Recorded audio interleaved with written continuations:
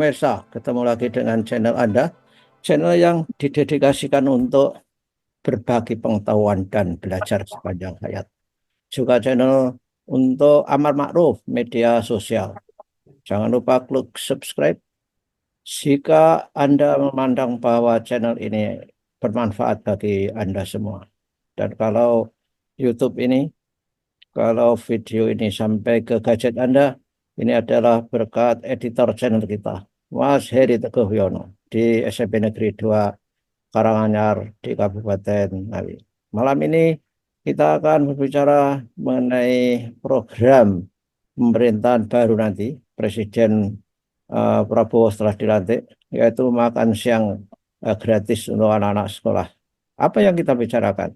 Kita akan membicarakan apa dampak sosial ekonomi terhadap lingkungan sekolah ketika program itu dilaksanakan nanti. Narasumber kita adalah Bapak Profesor Dr. Bambang Setiaji. Beliau adalah Ketua Majelis Pendidikan Tinggi Penelitian dan Pengembangan Pimpinan Pusat Muhammadiyah. Nah, kita sapa dulu. Assalamualaikum warahmatullahi wabarakatuh, Prof. Bambang. Waalaikumsalam warahmatullahi wabarakatuh. Ya, kabar Pak Bambang? Alhamdulillah sehat, Rob. Ya, ya, gimana ini? Makan siang gratis. Dan ya, sebetulnya bukan gratisnya itu yang jadi highlight. Sebetulnya adalah makna di balik makan siang itu mestinya membuat lebih positif apa kemampuan belajar siswa. Tidak itu saja. Lalu bagaimana dampaknya terhadap kehidupan sosial ekonomi yang di sekitar sekolah atau wilayah-wilayah tertentu akibat adanya program itu. Gimana, Pak Bambang? Ya, kebetulan saya menulis di Republika, yaitu voucher, makan siang gratis, dapur umum, dan usaha UMKM. Oke. Intinya bahwa jika pemerintah membuat dapur umum, kemungkinan besar warung-warung sekitar sekolah, kalau yang saya amati dekat rumah saya, SMP Muhammadiyah 8 itu ada sekitar 20 vendor. Itu akan mati. Mungkin se-Indonesia ada 1 juta vendor, Bro. Ya, ya. Tapi Pak Bambang, kan makan siangnya itu hanya siang doang sekali.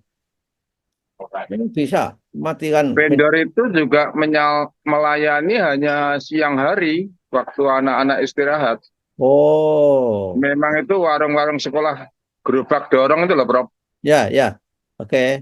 Ya. Jadi gerobak dorong itu munculnya untuk melayani anak-anak sekolah di siang hari ketika mereka harus makan siang di sekolahnya masing-masing itu dengan menggunakan Iya. berbagai macam makanan itu. Ya, begitu ya. Jalan tengahnya begini, ada penelitian dari MIT, Massachusetts Information Technology, bahwa itu kasusnya di Indonesia, eksperimen. Hmm. Nah, dia mengamati dari 100 kota yang diberi bantuan melalui voucher, lebih efektif 20% dibanding dengan in-kind, dengan beras atau dengan makanan. Hmm. Jadi lebih baik dibagi voucher, anak-anak bisa belanja di warung-warung itu. Hmm. Ya, ya, ya. Kalau bentuknya kupon, kupon makan, 15.000, Bro. Hmm. Itu anak-anak bisa jadikan 2 kali karena harga makanan di sekitar sekolah itu di Solo loh ini ya. Survei saya hanya sekitar 6-7 ribu. Hmm. Yang dimaksud Pak Bambang voucher dan kupon itu sama tidak? Jadi jika berupa voucher, juga organisasi daripada Badan Gizi untuk mensuplai makan siang ini simple banget. Ya Hmm. kan? Ya. Simple banget, hanya pembagian voucher, nanti anak-anak pergi ke warung-warung itu. Yang dimaksud, Problemnya, Prof, problemnya bahwa bentar, warung-warung itu Bambang. memang kurang sehat. Bentar.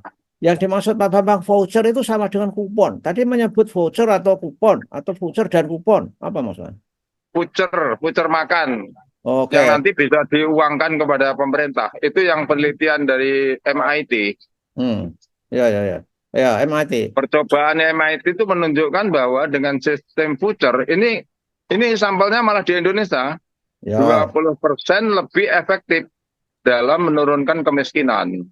ya sama itu. Dengan di Amerika itu juga ada makan siang gratis itu sudah apa sejak tahun 60-an ya disebutnya dengan Head Start Program. Jadi anaknya diberi food stamp namanya. Food stamp itu ya kupon atau voucher. Kupon kan? Kan Iya, bisa itu anak-anak bisa memilih, ya itu bisa bisa memilih diambil. variasi, Bisa senang. diambil di supermarket itu.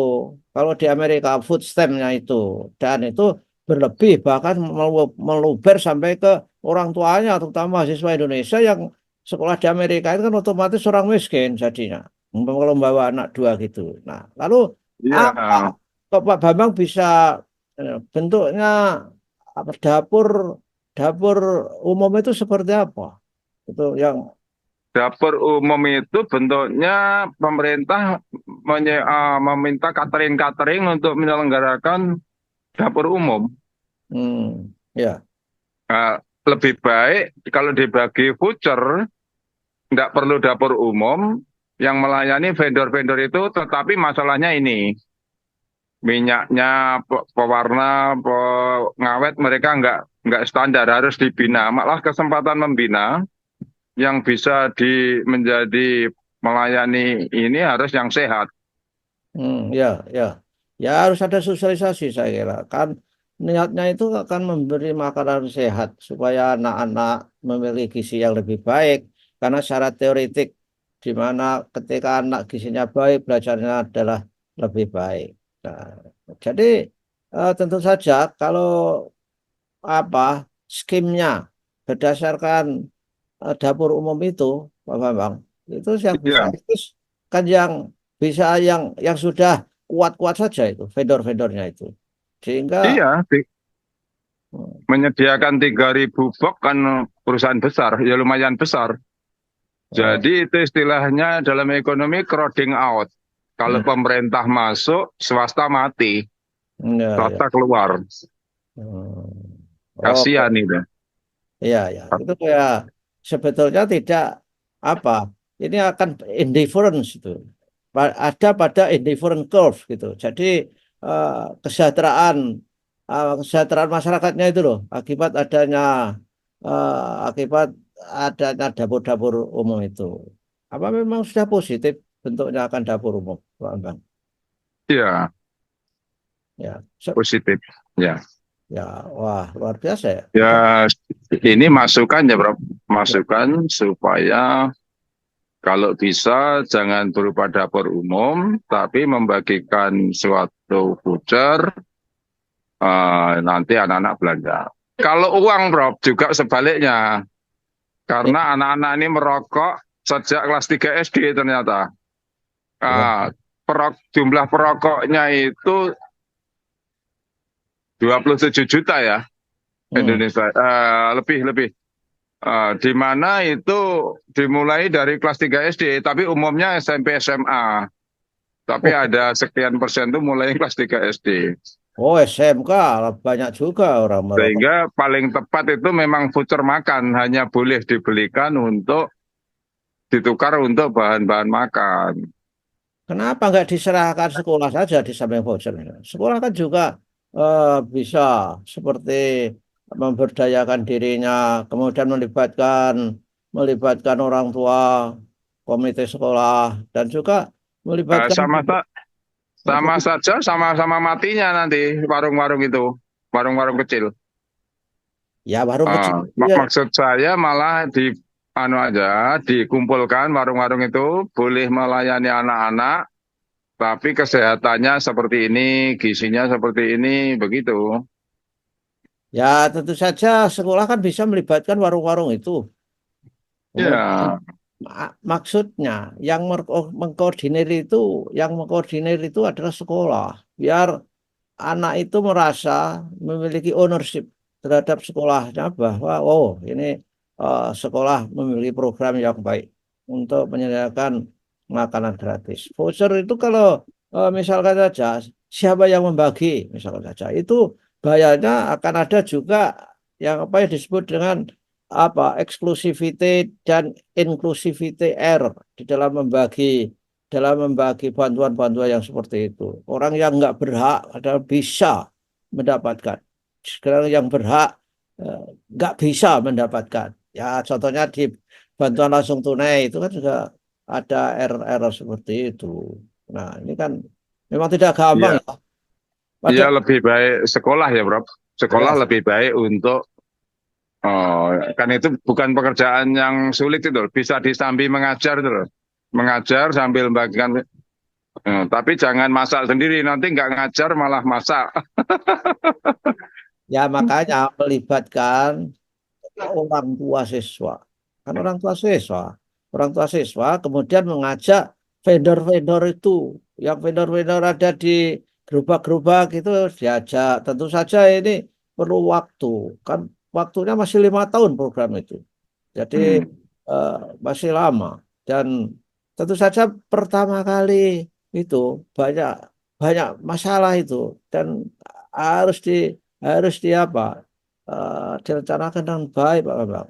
Ini kalau kalau sekolah Muhammadiyah gimana? Tahu nggak anunya responnya itu?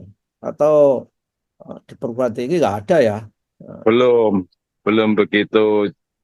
Nanti kalau sudah Pak Prabowo dilantik dan mulai berjalan, mungkin baru ada responnya. Ya, ya mudah-mudahan lah. Mudah-mudahan lah, Pak Bambang. Segalanya berjalan baik dan anak-anak menjadi lebih sehat. Tapi sebetulnya kalau saya itu memberi makan semua anak itu sebenarnya juga tidak strategis, Pak Bambang. Itu tidak berbasis equity, itu equality. Dan equality itu memberi sesuatu yang sebetulnya tidak dibutuhkan oleh kelompok tertentu.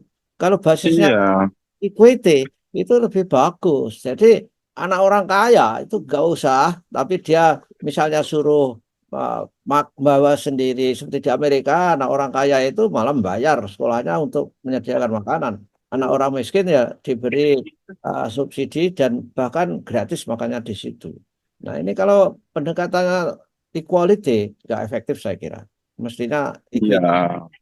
Ya, Yang kaya vouchernya biar dipakai yang miskin ya. Diserahkan, ya, dihimbau aja yang sudah makan di rumah ada vouchernya berikan yang membutuhkan gitu. Sambil ya, iya. gerakan sosial anak-anak juga.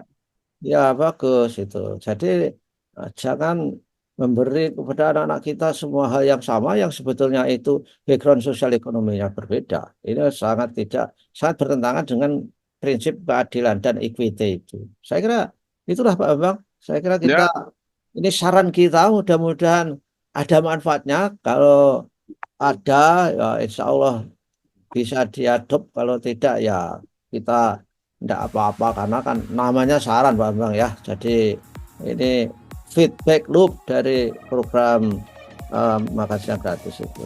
Terima kasih Pak Bambang. Pak Bambang kan juga akan rapat ya. Jadi ya. ya Terima kasih. terima kasih dan ketemu lagi hari Minggu ya di Solo di Ya. Oh, Pak Sofyan, ya, di ya, Manten. manten, manten. Ya oke. Ye. Assalamualaikum. Baik.